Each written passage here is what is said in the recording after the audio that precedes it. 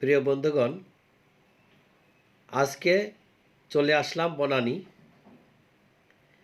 কাঁচা বাজারের পাশে, বনানী মসজিদের পূর্ব পাশে একটি ছোট্ট রেস্তোরাঁ আছে, হোটেল।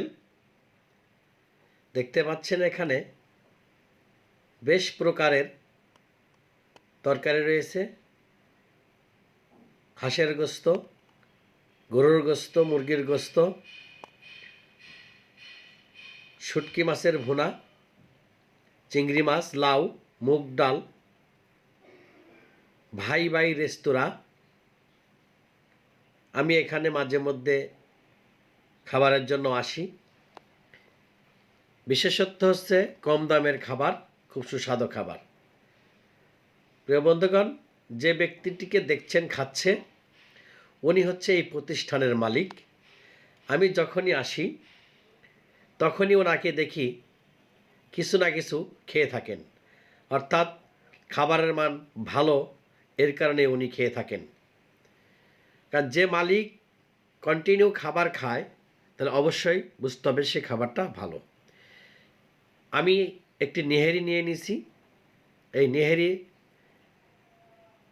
দাম মাত্র 120 টাকা। প্রিয় বন্ধুগণ, আমি এখন খাওয়া শুরু করব। দেখেই মনে হচ্ছে খুব সুস্বাদু। আমি এর আগেও খেয়েছি। হ্যাঁ বন্ধুগণ, আসলেই খুব স্বাদের। তন্দুর রুটি দিয়ে নেহারি খেতে খুব ভালোই লাগে। এবং দেখতে পাচ্ছেন এই দোকানে কখনোই চেয়ার ফাঁকা থাকে না, সকাল থেকে মিনিমাম রাত 10টা পর্যন্ত।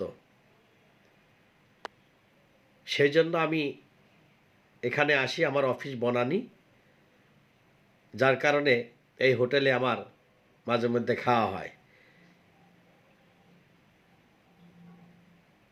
প্রিয় বন্ধুগণ, এই তন্দুর রুটির সাথে কাঁচামরিচের ঝাল খুবই ভালো লাগে। আর বিশেষ করে আমি লেবুর রস